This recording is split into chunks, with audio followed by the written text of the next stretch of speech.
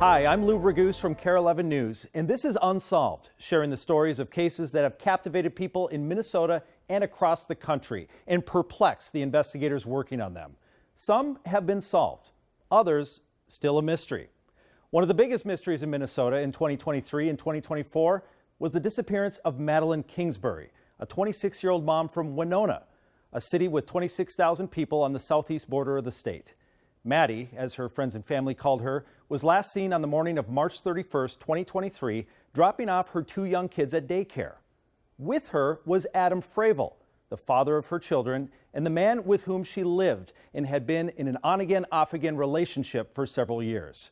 When they couldn't reach her later that day, Maddie's friends and family knew right away something was terribly wrong. So please help us find Madeline. The children need their mother. We need our daughter, our sister, our aunt, and our best friend back. What followed was a community coming together in the search for Maddie. Concerned people around the country followed the case online. And KARE 11 News was there for every development in this heartbreaking case. We begin with this report from Jennifer Hoff just days after the disappearance.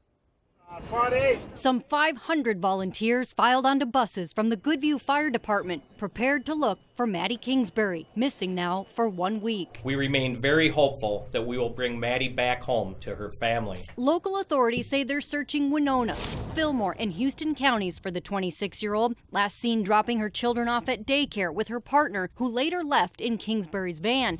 The chief not answering questions about him and whether he was cooperating, only saying Kingsbury's disappearance is suspicious, but there's no suspect. As people like Scott Johnsgaard aren't giving up. I kind of felt it was just something, being on a fire department and ambulance, it was something I needed to do. The dad with 3 daughters will have combed 2 miles today, flat terrain here, but the other areas are full of hills, valleys, even swamps, part of a systematic search that's the largest ever in this area. You got to look for like signs of struggle, signs of maybe a car went off the road in one spot that looks fresh. Stuff like that. The sheriff reminding residents to keep an eye out for anything out of place. Check your cameras, surveillance cameras, doorbell cameras, your trail cameras.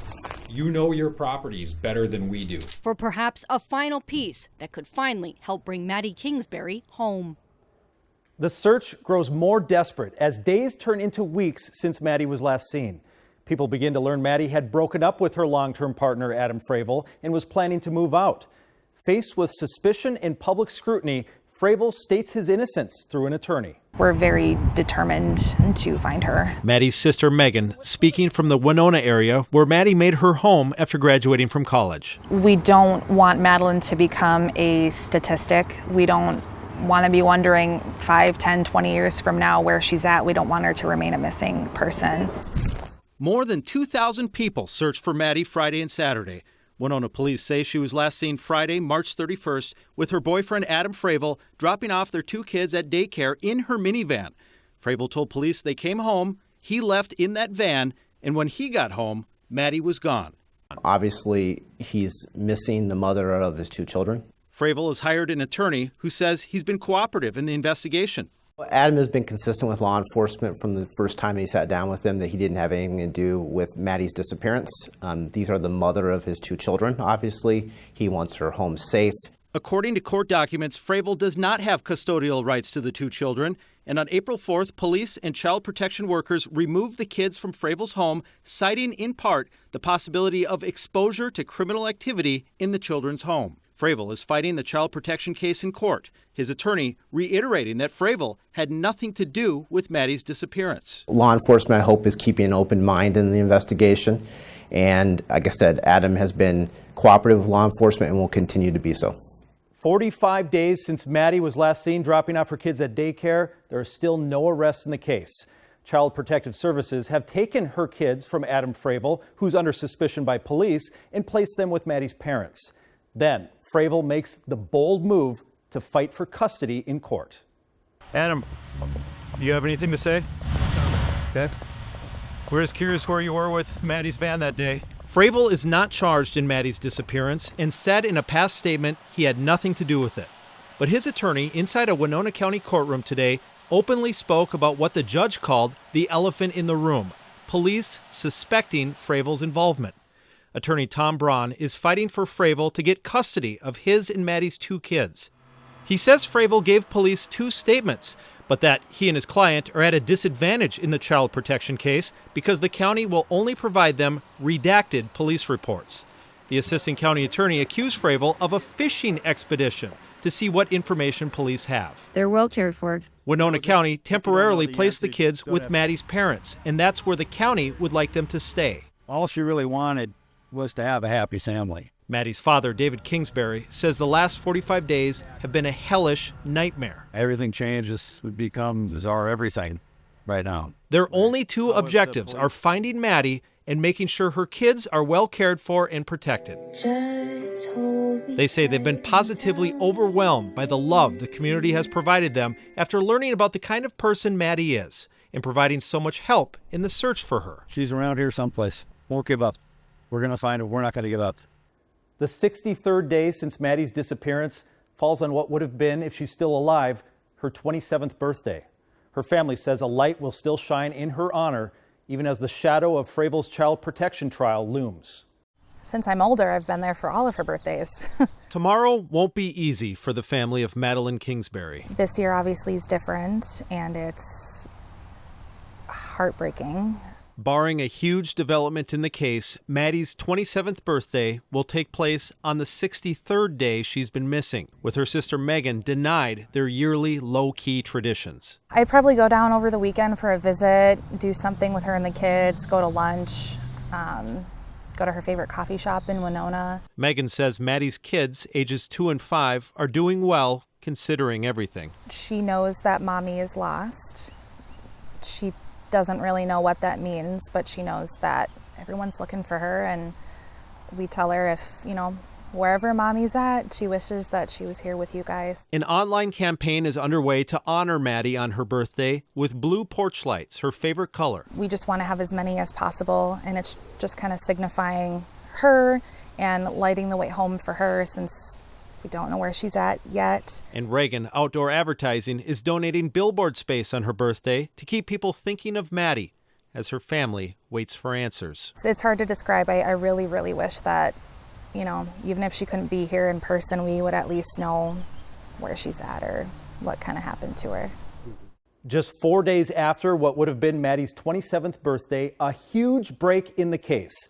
A body is found on a remote piece of land near Adam Fravel's parents' home, and police place him under arrest, and a heartbroken community rallies together. Law enforcement has confirmed the remains are those of Madeline Kingsbury. After waiting 69 days for answers, hearing them is still hard. Unfortunately, while this discovery is not what we were hoping for, we are thankful to be able to bring Maddie home to her family. Fravel, seen here at a child protection hearing last month, is now in jail on suspicion of second-degree murder after Maddie's remains were found hidden 35 miles from Winona, much closer to his family's property. An investigator was following up on a tip related to electronic evidence, and checked the area and located Madeline's body. Shortly after Maddie disappeared, police shared that her van was seen traveling in that direction. Maddie's family told KARE 11 News Fravel claimed to be running errands with Maddie's van, which seemed out of the ordinary. A neighbor tells us that he noticed the van that day strangely backed into the driveway of the townhome where Maddie and Fravel lived, where Maddie was actively trying to move out. Fravel has maintained his innocence, but questions remain, including what charges he might face. Will anyone else be charged? And in which county did any alleged crime occur? To say the least, the last 69 days have been frustrating, full of heartache and pain for the family, law enforcement, and the community.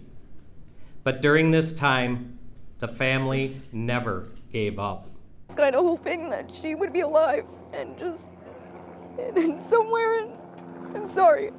Just mind-boggling to me how she was just right under our feet.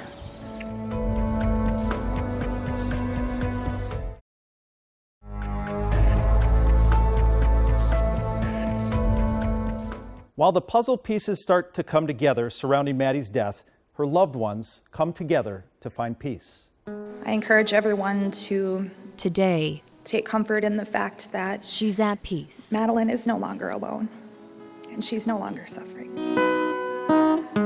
Maddie was a clinical researcher at the Mayo Clinic, but her favorite title, it was Mom. We will all take on the task of nurturing, encouraging, shielding, and loving her children.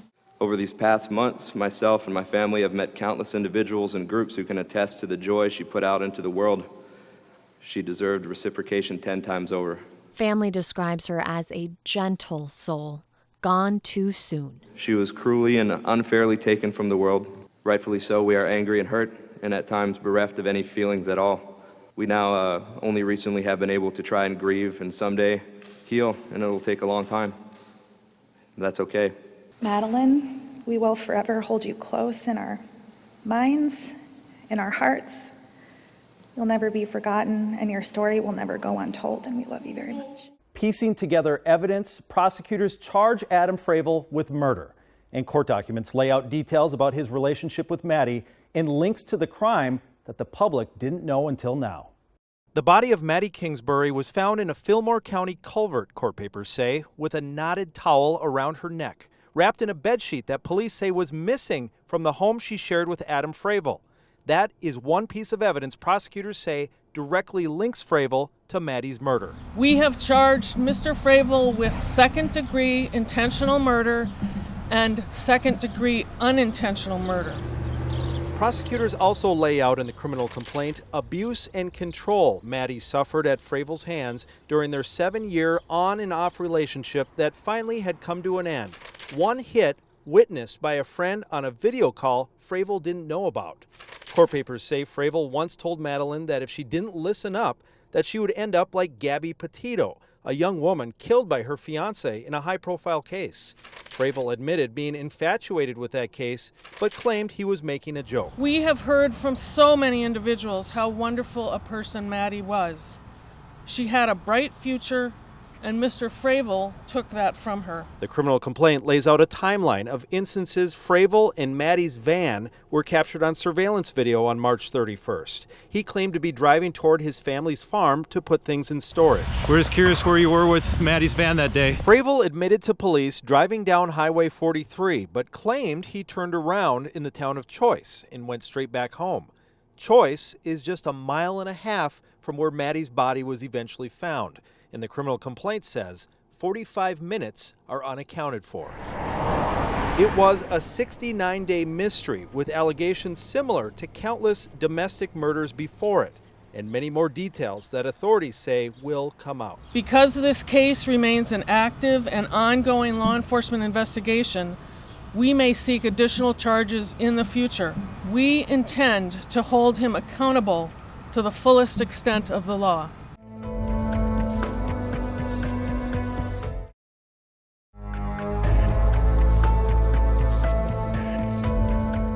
Finally, more than 18 months after Maddie was murdered, Adam Fravel's trial begins, moved across the state to southwest Minnesota because of the amount of exposure it's received. Did Fravel kill her? Was it premeditated? And did it follow a pattern of domestic abuse? Those questions are all centered to this case. As Fravel argues, police zeroed in on the wrong person right from the beginning.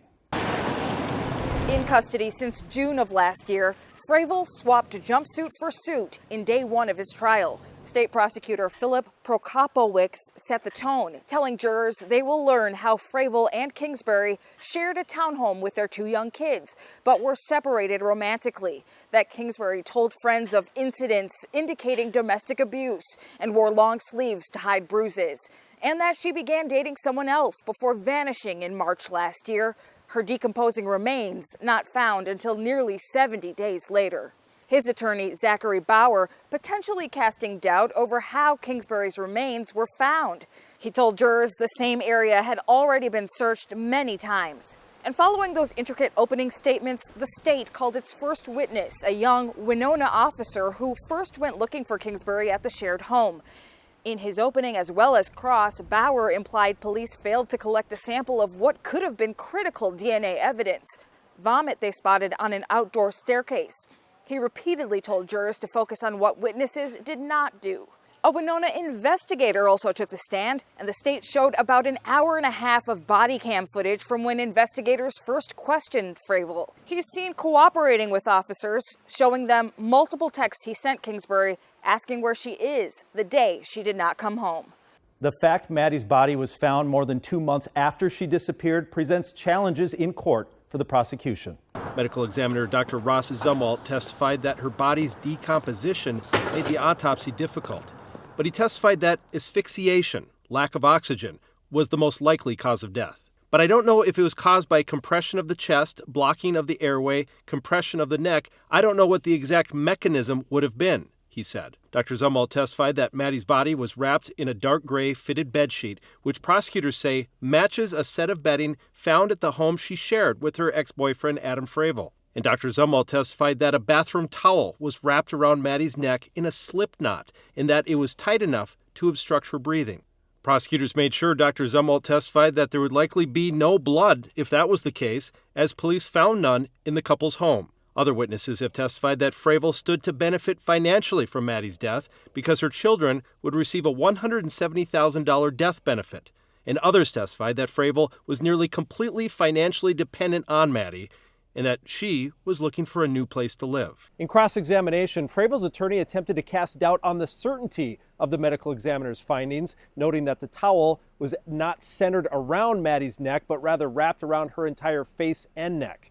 After that, the prosecutor got back up and asked him whether the towel across the face could cause asphyxiation, and the medical examiner answered yes. As testimony in the Adam Fravel trial enters its third week, the prosecution is wrapping up its law enforcement witnesses. BCA agent Joe Swenson testified about the location Maddie's body was found and how he thought several large logs appeared to be placed there on purpose to hide the body. He also offered an explanation as to why it took so long to find the body, despite searchers being in that area. Quote, as good as it is to have citizens come out and help search, they don't know what they don't know. They can be shoulder to shoulder and still step over a body. If they don't have the training and expertise, it can be very easy to miss. It's essentially finding a needle in a haystack, he said. Agent Swenson also showed the jury how he found black duct tape while searching the garage at the townhome where Fravel and Maddie lived, tape that Swenson said looked the same as the tape wrapped around Maddie's body. Then Winona Police Sergeant Adam Bromerick showed the jury photos of Fravel taken 1 week after Maddie's disappearance that he believes showed signs of a struggle. Fravel had scratches on his face and bruises on his chest and arm and a ring of bruises around his forearm. The most emotional testimony of the trial comes as Maddie's family and friends share stories of abuse they witnessed or were told about. Maddie Kingsbury's mother, Krista Holkgren, and her father, David Kingsbury, each gave testimony about their daughter's relationship with Adam Fravel, alleged domestic abuse, and the final days of Maddie's life from their perspective. They both testified about an incident they said was very traumatic for their daughter, when Fravel allegedly grabbed Maddie by the throat, pushed her back into the couch, and told her if she didn't start minding him, she'd end up like Gabby Petito. I couldn't believe that, Krista testified. It was shocking to me. I asked if she was okay and the kids, and I suggested maybe they vacate the house for the weekend and stay with her dad. David testified to the defense's objection that Fravel would gaslight his daughter, and after a few days of staying with him and his wife, Maddie and her kids returned to Fravel in Winona after he insisted it was just a joke. Both parents testified that in mid-March 2023, Maddie told them she ended her relationship with Fravel and was looking for a new place to live. In the days leading up to her disappearance, Krista testified that Maddie told her Fravel was acting strange. She was telling me that Adam was kind of following her around the house, looming around her, making her feel kind of uncomfortable, she said. The day before Maddie disappeared, Krista said she suggested Maddie work remotely from her best friend's house because it was so stressful in the Winona home that she still shared with her ex-boyfriend and father of her children. The prosecution rests its case after linking Fravel to the crime scene and several other relevant locations. Now that the state has rested its case against Adam Fravel, the big question that remains is whether he will take the stand and testify in his own defense. Fravel is charged with second-degree intentional murder, first-degree premeditated murder, and first-degree murder with a pattern of domestic abuse. The jury heard testimony that Maddie finally was leaving Fravel and was looking for a new place to live with her kids. Prosecutors said that would have resulted in Fravel losing his financial dependency on Maddie, and with her death, he would have access to a life insurance payout that went to her kids. The final evidence the jury saw today included surveillance video showing Fravel driving Maddie's van in the direction of his parents' home and the remote area where her body was later found. Throughout testimony, Fravel's attorney worked to raise doubt about whether there was any abuse and pointed to the lack of physical evidence that Fravel was the killer. With testimony completing without Adam Fravel taking the stand, the prosecution and defense get one last chance to convince the jury with closing arguments. In a courtroom packed by supporters of Maddie Kingsbury and a row of Adam Fravel's family, Special Prosecutor Phil Prokopowicz delivered a closing argument telling the jury Fravel had the motive, the opportunity, and the means to kill Maddie. Regarding motive, Prokopowicz said the couple's relationship was never about them, it was always about him, and that after Maddie finally broke it off with plans to move out and pursue a relationship with someone else, quote, she made one fatal mistake. She misjudged Adam Fravel's jealousy, self-centeredness, his need to control, his resentment, his anger. Fravel didn't testify, but the jury watched his 2 police interviews. Prokopowicz used Fravel's own words and alibi against him, telling the jury if he was at the home when he said he was the only person who could have killed Maddie.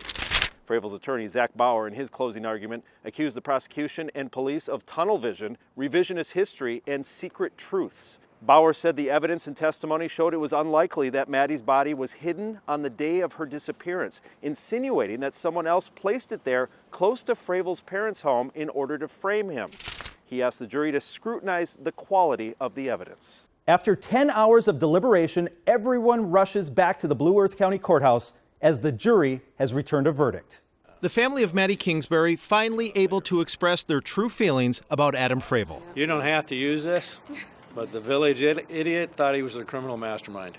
Please use that. Some levity, finally, after a Blue Earth County jury found Fravel guilty on all counts, including premeditated murder for Maddie's death, offering relief. There's a almost palatable kind of in and out on our side of the courtroom. And lifting at least one burden off Maddie's family. The message has got to go out. You can't do this and get away with it. You never want to see your loved one on this side. You'll never know the pain we went through. The jury believed the testimony of Maddie's friends that Fravel abused Maddie. Without corroborating reports or photos, the defense accused them of making it up. We've been called liars, colluders, bad friends, the cause of her death. The friends, police say, got the investigation started immediately after Maddie disappeared on March 31st, 2023. Katie Kolka realized immediately that there was something wrong. I wasn't leaving that house until an officer was telling me that, hey, we're gonna look into this. Despite strong evidence, it was a complicated case to put together for Special Prosecutor Phil Prokopowicz. It's just something, when you do this work for as long as you do it, there's certain cases you get a calling for, and this is one that you get a calling for. And what was that calling? Madeline. Through the trial, her friends believe Maddie's story has been told. It was like a weight was lifted off my shoulder. We're never going to get our Maddie back, but he's never going to get out. Adam Fravel will never be eligible for parole, but like everyone convicted of murder in Minnesota, his appeal will be heard by the state Supreme Court. And that's it for this episode of Unsolved. I'm Lou Raguse. Thanks for watching. See you next time.